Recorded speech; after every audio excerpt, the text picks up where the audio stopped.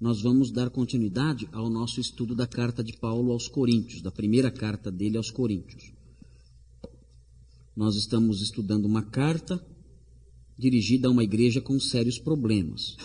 E um deles, talvez um dos principais, era a divisão que havia entre os irmãos daquela igreja. E eles fundamentavam essa divisão na admiração tributada a ministros, a líderes específicos. Existiam vários times, vários fãs, clubes na igreja de Corinto, e o apóstolo Paulo chama isso de mundanismo. Ele diz que isso é mundanismo porque um dos traços do mundanismo é gloriar-se na sabedoria humana. Por isso, o apóstolo Paulo, a fim de fazer com que os crentes de Corinto parem de se gloriar na sabedoria humana, começa a falar sobre os ministros de Deus, mostrando como eles realmente são, não como homens que falam de sua própria sabedoria, não como homens que inventaram teorias inteligentes ou sistemas de pensamento complexos e por causa disso devem ser seguidos, admirados e os seus seguidores devem se orgulhar por serem seguidores deles. Não, o apóstolo Paulo aponta os ministros de Cristo como apenas servos, servos que receberam um dever e estão se desincumbindo de sua tarefa. Com isso, o apóstolo Paulo quer desencorajar o gloriar-se nos homens. Ele quer fazer com que os crentes de Corinto parem com essa tolice de desenvolver um orgulho pessoal porque são admiradores deste ou daquele indivíduo. E ele continua nessa preocupação no capítulo 4, versículos 1 a 5. Aí está, 1 Coríntios 4, de 1 a 5. Vamos fazer a leitura e depois, então, vamos observar com maior detimento o que o apóstolo Paulo quer nos transmitir com esse pequeno trecho. Diz assim, 1 Coríntios 4, de 1 a 5. Portanto, que todos nos considerem como servos de Cristo e encarregados dos mistérios de Deus. O que se requer destes encarregados é que sejam fiéis. Pouco me importa ser julgado por vocês ou por qualquer tribunal humano. De fato, nem eu julgo a mim mesmo, embora em nada minha consciência me acuse, nem por isso justifico a mim mesmo. O Senhor é quem me julga. Portanto, não julguem nada antes da hora devida. Esperem até que o Senhor venha. Ele trará à luz o que está oculto nas trevas e manifestará as intenções dos corações. Nessa ocasião, cada um receberá de Deus a sua aprovação. Tentando desencorajar a glória, o gloriar-se dos coríntios em personalidades, em indivíduos, em líderes, o apóstolo Paulo menciona como o ministro de Cristo deve ser e mostra que os anseios dele, os anseios do ministro, devem ser diferentes dos anseios dos sábios deste mundo. Na nossa mensagem central nós colocamos isso. O ministro de Cristo deve ter anseios opostos aos dos sábios deste mundo. O que os sábios deste mundo querem? Eles querem ter seguidores, eles querem um nome grande, eles querem ser honrados, eles querem ser reconhecidos, eles querem ser admirados, eles querem ser servidos, eles querem obter um lugar, ocupar um lugar de destaque no meio das pessoas. Assim são os sábios deste mundo. Eles são orgulhosos, eles são vaidosos. O apóstolo Paulo mostra que essa vaidade deles, que esse orgulho deles por sua sabedoria é uma grande tolice, porque aos olhos de Deus, eles não passam de loucos. E não são apenas loucos por causa das coisas que eles ensinam, não são apenas loucos por causa das coisas que eles creem. Eles são loucos também por causa dos anseios que eles têm. Eles se agradam de ver pessoas os admirando. Eles ficam felizes de verem as suas ideias sendo divulgadas e o seu nome crescendo. Eles têm esses interesses e se gloriam nisso tudo. O apóstolo Paulo diz assim: olha, vocês, coríntios, estão nos tratando como sábios deste mundo, como se nós dessemos valor para as opiniões de vocês, como se nós dessemos valor para a glória que vocês nos tributam, como se para nós fosse importante a aprovação de vocês, como se nós trabalhássemos para obter o aplauso e a aprovação e os elogios de vocês. Vocês nos reduzem, olhando para nós desse jeito, vocês nos reduzem a homens do mundo. Não existem maiores ofensas para nós do que a glória que vocês nos tributam. Quando vocês nos elogiam, nos aplaudem e dizem: olha, eu sou de Apolo, eu sou de Paulo, isso para nós é uma ofensa. Porque vocês nos colocam no mesmo nível dos homens sábios, entre aspas, deste mundo. E para nós isso é uma grande ofensa, porque nós não queremos isso. Nós não temos interesse nisso. Para nós isso não tem valor nenhum. Não é esse o nosso anseio. A opinião de vocês sobre nós, a aprovação de vocês não nos interessa. Aliás, nem mesmo a aprovação de nós mesmos, a nós mesmos nos interessa. Pouco me importa se eu me aprovo, porque eu posso me enganar sobre mim. Eu posso fazer uma avaliação sobre mim errada. Aliás, na maior parte das vezes ela é assim. Por isso, eu não me importo nem com o que eu penso de mim mesmo. O que importa para mim é o que Deus pensa de mim. Eu tenho, e os ministros de Deus, Apolo, Pedro, nós temos anseios opostos aos desses homens mundanos, carnais, que vivem buscando a glória dos homens. Nós não somos assim. Temos anseios diferentes. Nós somos servos de Cristo, não sábios deste mundo. E então o apóstolo Paulo, no texto que nós lemos, passa a mostrar quais são esses anseios. Nós conseguimos, olhando para o texto, nós conseguimos extrair esses anseios. Vamos ver quais são. Vejam aqui o primeiro, nós temos 3 anseios do ministro de Cristo. Vamos ver qual é o primeiro agora. Aí está. Primeiro anseio: ser considerado servo de Cristo e não maioral entre os homens. Como eu quero que as pessoas me vejam? Como eu quero que elas me olhem? Como maioral? Ou como o menor? O pequeno? O servo? O escravo? Eu quero conquistar nome e grandeza? Ou eu quero que as pessoas olhem para mim e digam: ele é apenas um serviçal e nada mais? O apóstolo Paulo diz no versículo 1, portanto, é um desfecho de um pensamento, ele já vem desenvolvendo esse argumento já nos versículos anteriores, e ele diz assim: portanto, que todos nos considerem não como sábios deste mundo, que todos nos considerem não como homens grandiosos em quem todos se gloriam, não, que todos nos considerem servos de Cristo. A palavra servo aqui é uma palavra interessante.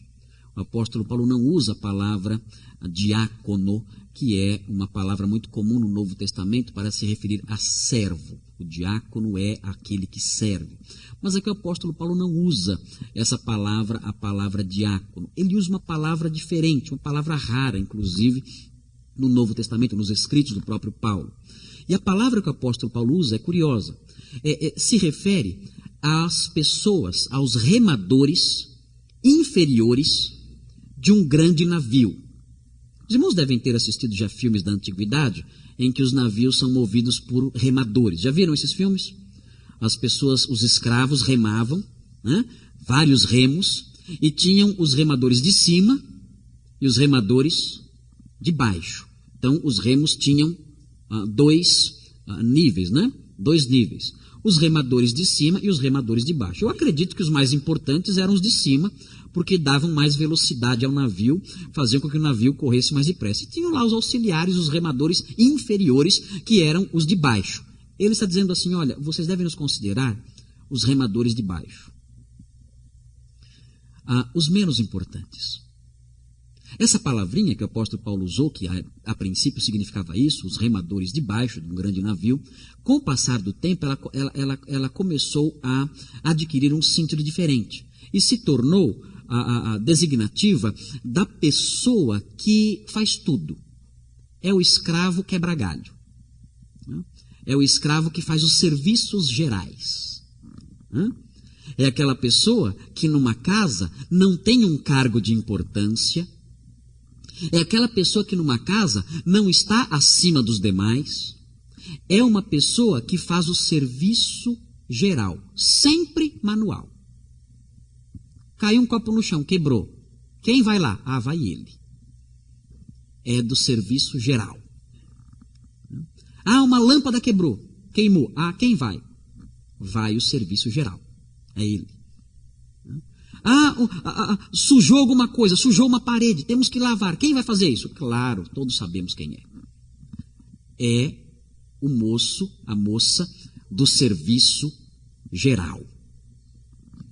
Paulo fala assim, vocês devem nos olhar, a nós ministros, como o homem do serviço geral. É assim. Há grandeza nisso? Há glória nisso? Há algum louvor humano nisso? Não. Mas é isso que nós somos. Pessoas simples trabalhando para um grande Senhor. E ele continua mostrando como mais nós devemos ver os ministros de Deus. E diz assim, portanto que todos nos considerem como servos de Cristo e encarregados dos mistérios de Deus. Vejam, a palavra encarregado aqui significa um administrador. É alguém que supervisiona uma casa, é alguém que supervisiona uma obra, é alguém que supervisiona os negócios de seu Senhor. O ministro de Cristo é alguém que deve se preocupar com isso. Ele deve ser alguém de confiança e alguém que cuida dos mistérios de Deus. Que mistérios são esses? Os mistérios de Deus são as coisas que ele revelou. Isso são os mistérios. Tudo que nós temos na Sagrada Escritura, tudo que Deus deu a nós como sua doutrina, tudo isso deve ser considerado os mistérios de Deus. São as coisas que ele tinha escondidas com ele, e um dia ele trouxe à luz. São mistérios que ele trouxe à luz. E quem deve cuidar desses mistérios? Quem deve protegê-los? Quem deve supervisionar para que esses mistérios não sejam adulterados? Para que esses mistérios não sejam esquecidos? Para que esses mistérios não sejam deixados de lado, desconsiderados? São os ministros de Deus. Paulo então diz para os coríntios, vocês não devem ficar aplaudindo os ministros. Vocês não devem elogiá-los, enaltecê-los ou avaliá-los colocando-os num pedestal. Não devem fazer isso. Isso é errado. Isso é tratá-los como se eles fossem sábios deste mundo. Isso é reduzi-los a uma posição até inferior à que eles ocupam.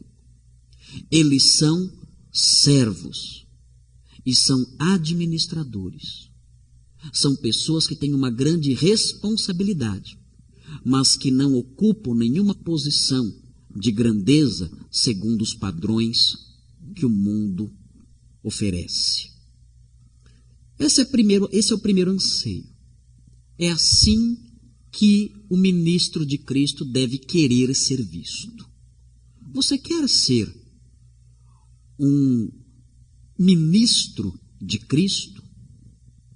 Nós estamos falando aqui de pessoas, de pastores, de líderes, mas você quer ser um ministro de Cristo? Você quer ser um ministro informal de Cristo? Você quer ser um pequeno ministro de Cristo na sua vida? Pois então lembre-se, Um dos anseios que você deve ter, crente comum, que quer ministrar, que quer ser útil, um dos anseios é esse, é ser visto não como alguém grande, é ser visto como alguém pequeno. É ser visto não como maioral entre os homens, mas como alguém que protege a verdade de Deus. Esse deve ser o seu anseio, ser visto assim. Você não deve querer ser visto como alguém inteligente, como alguém muito capaz, como alguém sábio, cheio de autoridade, como alguém cheio de sucesso. Não, nada disso. Tudo isso é infantilidade, é carnalidade isso. Você deve querer ser visto como um servo e um administrador de negócios que não são seus. Mas há um outro anseio do ministro de Cristo. E o outro anseio dele está no versículo 2. E nós colocamos esse outro anseio numa frase que também estabelece um contraste aqui. Ele deve ter o anseio de ser um fiel guardião da fé e não um criativo inventor de teorias e estratégias. Vejam o que diz o versículo 2. O que se requer desses encarregados é que sejam fiéis. Fiéis a quê? No trabalho de proteger os mistérios. Qual é o trabalho de um ministro de Cristo? O trabalho de um ministro de Cristo é exatamente esse. É proteger os mistérios. E ele deve ter como anseio apenas isso, ser alguém fiel nessa atividade. Nós estamos vivendo dias tão estranhos. Nós estamos vivendo dias tão curiosos, porque me parece, quando nós olhamos para todo o universo evangélico à nossa frente, o contexto evangélico em que nós estamos envolvidos, nós percebemos que a maioria dos ministros se esqueceu que essa é a sua atividade principal. E os ministros modernos estão preocupados com uma palavrinha: sucesso. Êxito. Essa é a preocupação. O anseio deles é esse. É ter sucesso. É ter êxito. É ter reconhecimento. Quando o apóstolo Paulo mostra que isso não se requer deles. Os irmãos já imaginaram se Deus requeresse de Jeremias, do profeta Jeremias, sucesso?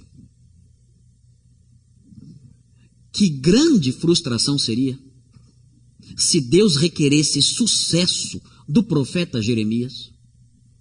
Já imaginaram como seria se Deus dissesse para Isaías: você tem que ser um homem de sucesso. Eu quero aqui, dentro de pouco tempo, uma comunidade com mais de 3.000 pessoas e você à frente. É isso que eu quero de você, senão você é fraco. Já imaginaram se Deus requeresse sucesso daquele homem? Quantos homens de Deus do passado, ministros de Cristo, tiveram sucesso?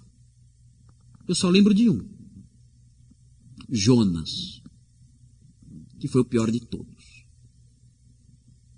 Foi o pior de todos, foi o único que teve mais sucesso. E ficou bravo porque teve sucesso, porque era egoísta e perverso. Nós devemos voltar os nossos olhos para aquilo que realmente Deus quer de nós. Deus quer que nós sejamos fiéis na proteção da verdade. É isso que Ele quer de nós. Nós não devemos perder tempo criando teorias de como fazer a igreja crescer, criando estratégias, como ganhar almas. Então temos a estratégia de como fazer com que a sua igreja cresça 50% em 6 meses. E análises, estudos, estratégias, técnicas, passos para isso acontecer.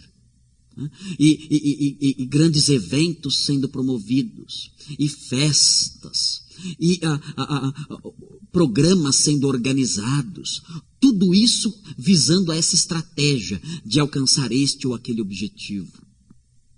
Ninguém é chamado por Deus para isso. Ninguém. Deus não requer isso de ninguém, nem de pastores e nem de crentes em comum. Deus nos deu um tesouro, e esse tesouro é a sua palavra, os seus mistérios, a sua revelação. E o que Ele quer de nós, dos ministros dEle, do povo dEle, é que nós tenhamos um cuidado especial com essas verdades e as protejamos, mesmo que isso nos leve a uma igreja pequena, sem expressão. Deus não quer de mim sucesso. Deus quer de mim fidelidade. E finalmente, existe um terceiro anseio do ministro de Cristo. O ministro de Cristo deve ter como anseio ser aprovado por Deus no dia final, e não apenas por homens nos dias de hoje. O apóstolo Paulo diz nos versículos 3 a 5, ele fala com toda clareza: pouco me importa ser julgado por vocês ou por qualquer tribunal humano. Eu não estou preocupado em ser aprovado por vocês. Claro que o apóstolo Paulo aqui não está preocupado, não está falando da sua reputação. É claro que nós temos que cuidar da nossa reputação e temos que nos preocupar com o modo como as pessoas nos veem do ponto de vista moral. Claro. Temos que nos preocupar. Se o meu procedimento gera comentários maldosos a meu respeito, eu devo me preocupar com o que estão falando, com o modo como estão me julgando. Isso é necessário. A Bíblia diz que eu devo andar dignamente diante de Deus e dos homens. E a Bíblia diz que os ministros de Cristo devem ter uma boa reputação diante dos de fora. Então nós devemos ter essa preocupação quando o assunto é a vida de testemunho, é a vida moral, é a conduta cristã. Mas não é disso que o apóstolo Paulo está falando aqui. Aqui ele está falando sobre a aprovação dele como ministro. E ele está dizendo: eu não me importo com o que dizem a meu respeito. Se eu sou um homem de sucesso, se eu sou um homem de inteligência, se eu sou um homem capaz de convencer as pessoas, se eu sou um homem de bons argumentos.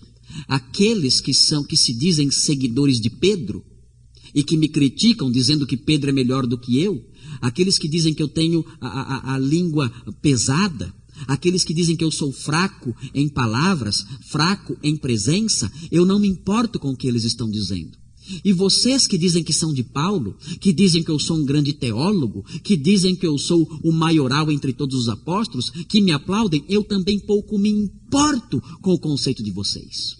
Eu não me importo com o conceito de ninguém.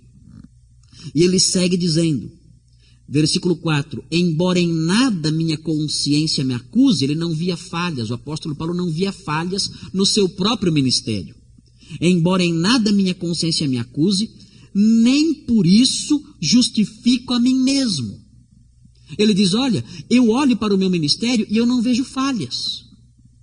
Eu olho para o meu ministério e eu não vejo expressões, demonstrações, evidências de falta de fidelidade. Quando eu olho para o meu ministério, a nota que eu dou para o meu ministério é 10.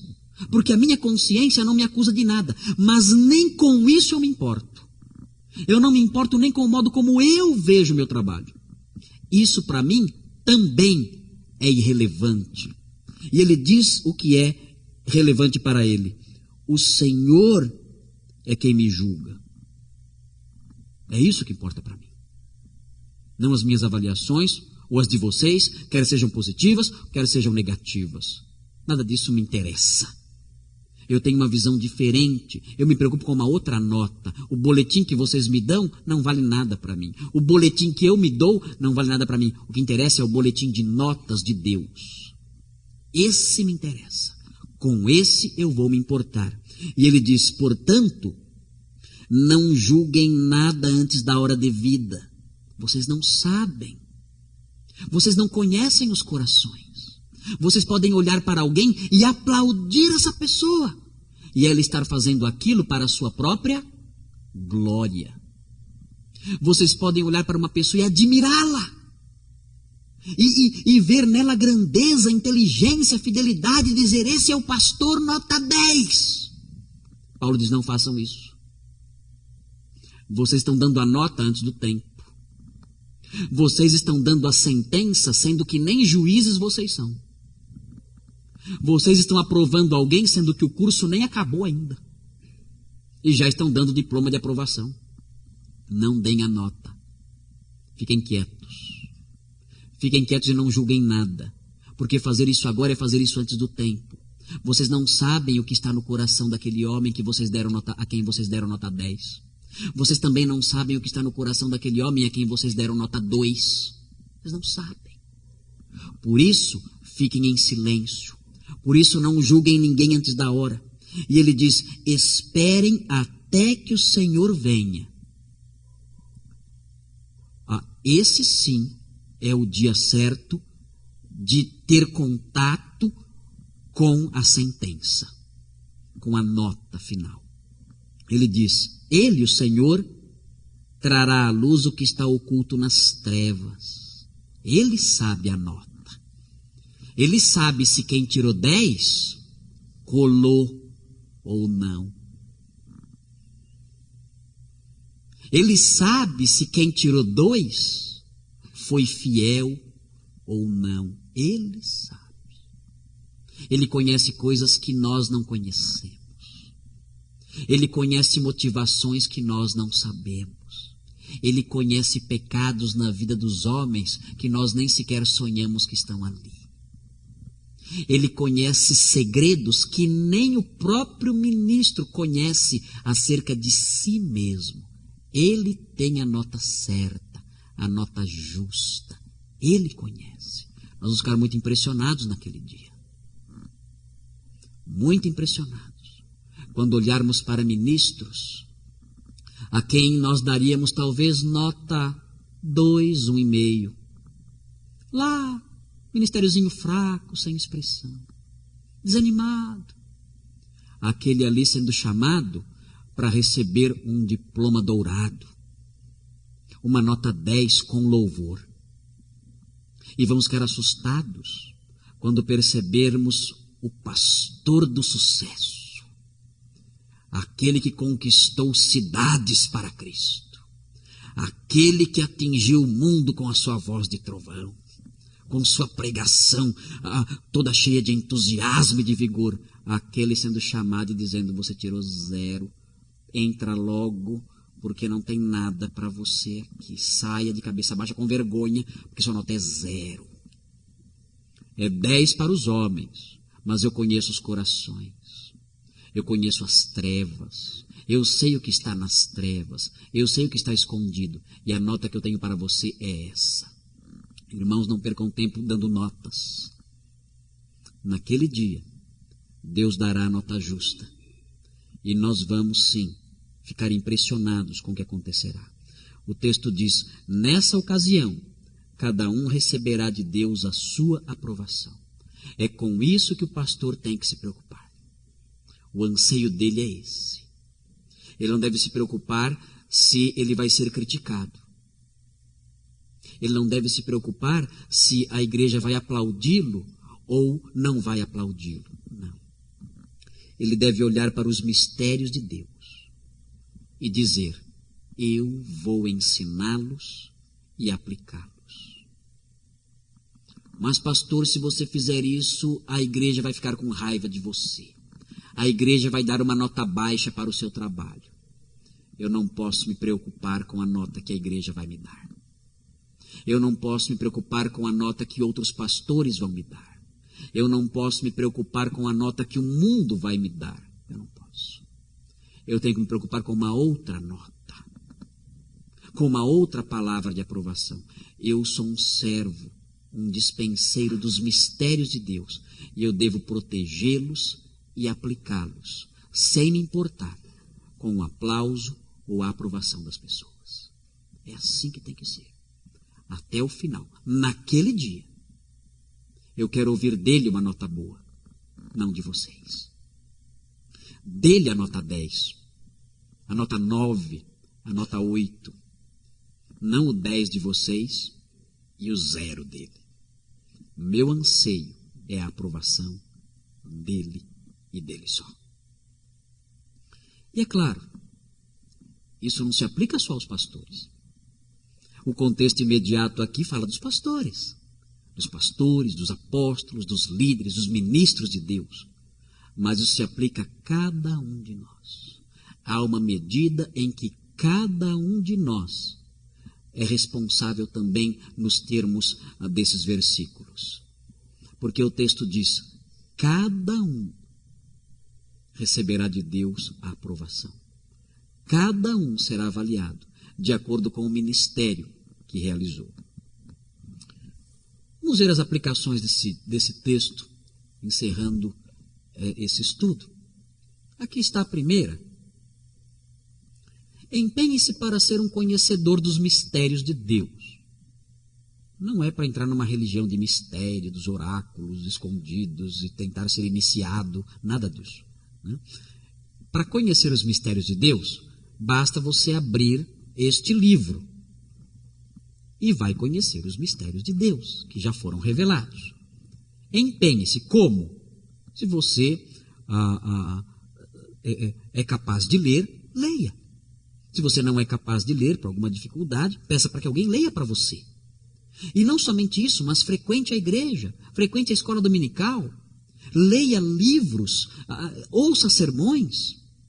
Procure crescer nisso, no conhecimento dos mistérios de Deus. O cristianismo moderno é muito voltado para a sensibilidade, para as sensações. O cristianismo moderno só quer emoções.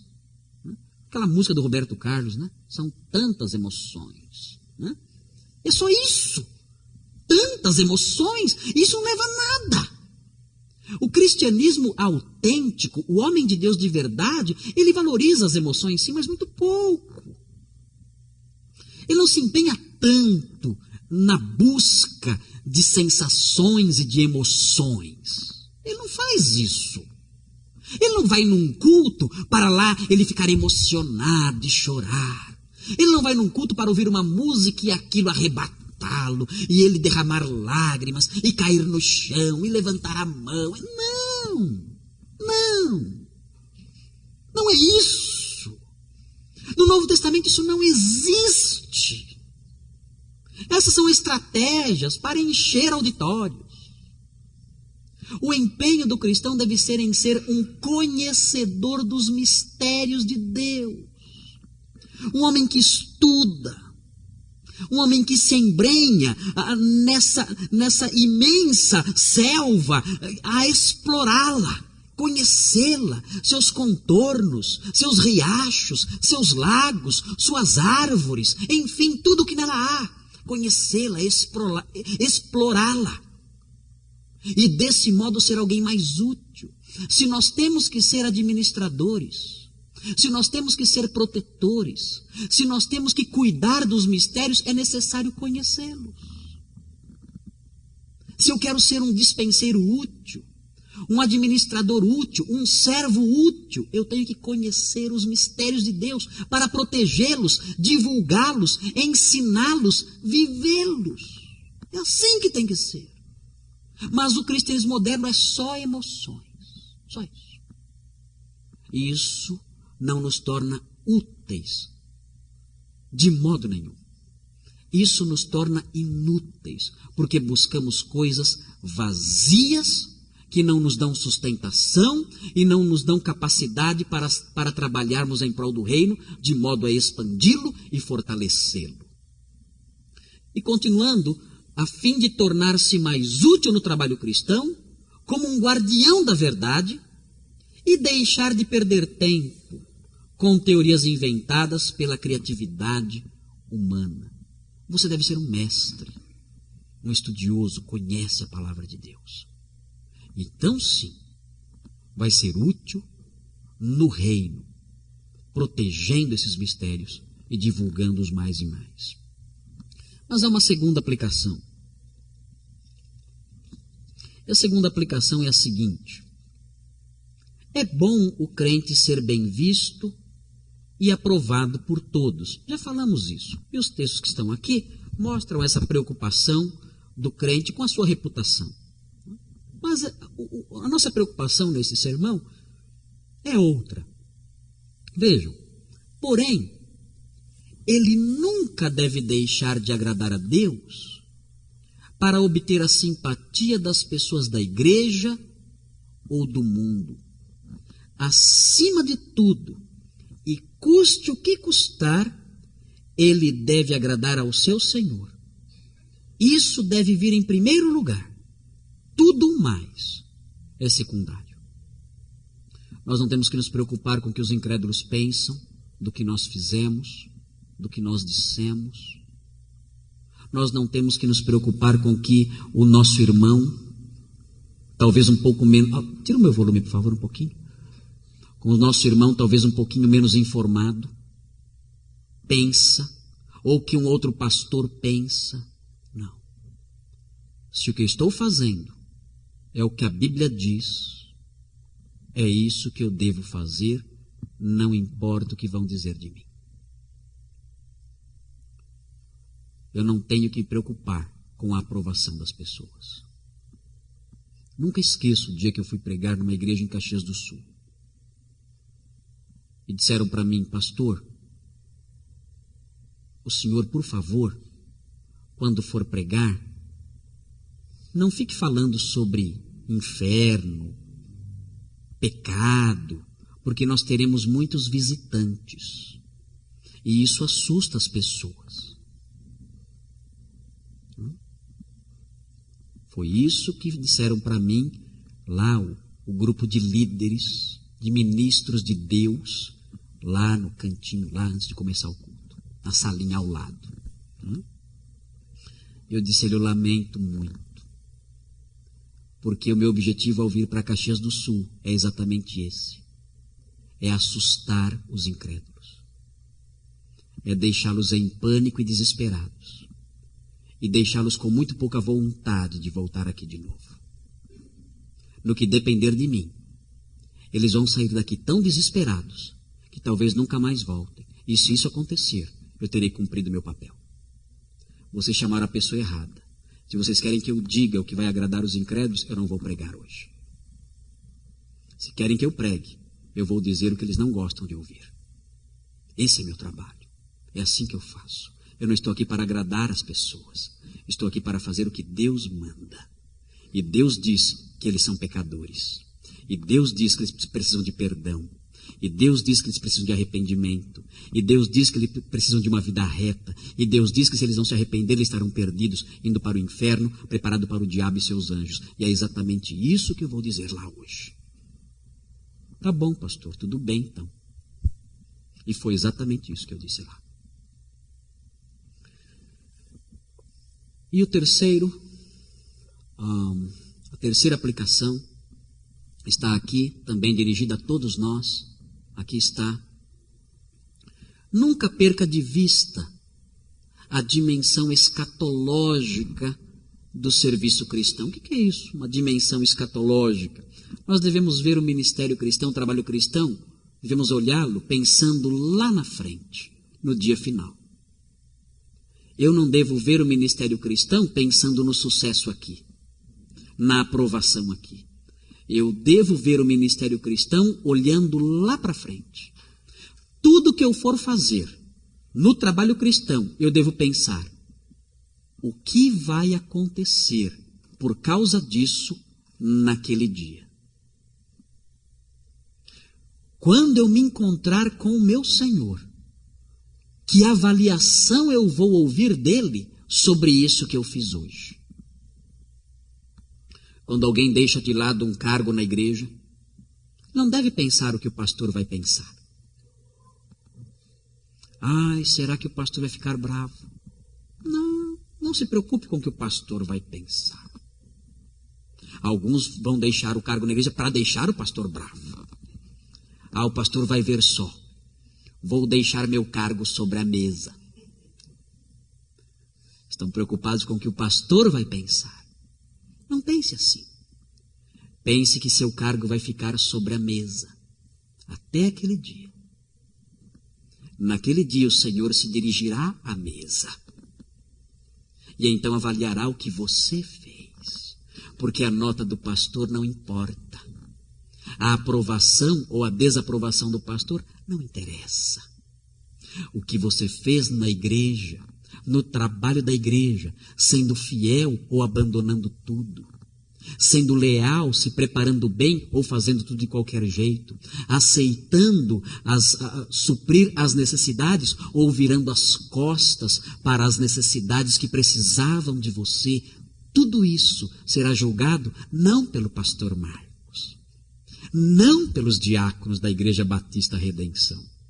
Nós até poderemos dar uma nota para você, mas essa nota não vale nada. Mas naquele dia, você responderá por cada um dos seus atos ministeriais, quer sejam bons, quer sejam maus, e receberá a nota de Deus, e é essa que importa. Não se preocupe com o seu trabalho na igreja, aprovado hoje ou desaprovado hoje. Não se preocupe com a nota que você tem das pessoas que estão olhando para você agora. Se ela é alta ou se ela é baixa. Tenha no seu trabalho na igreja, tenha do seu trabalho na igreja, uma visão escatológica. Que nota ele terá naquele dia? Nós continuamos. Só no dia do encontro com o Senhor, a verdade sobre a motivação dos ministros e a recompensa pelo seu trabalho serão finalmente reveladas. Por isso, não exalte ninguém antes do tempo. Avalie, se preocupe, ou melhor, com a sua nota naquele dia e não se preocupe com a minha nota hoje. Deus tem uma nota para mim. E Ele vai dá-la para mim. Não queira me exaltar. Não queira me enaltecer. Oh, que pastorzão. Ou, que pastorzinho. Não. Nada disso interessa. Isso é julgar antecipadamente. Isso é um juízo temerário. Naquele dia, Ele vai dar a minha nota. E é aquela que importa. Não perca tempo fazendo isso com você ou com os outros. Vamos orar a Deus, pedindo que Ele nos dê uma mentalidade assim.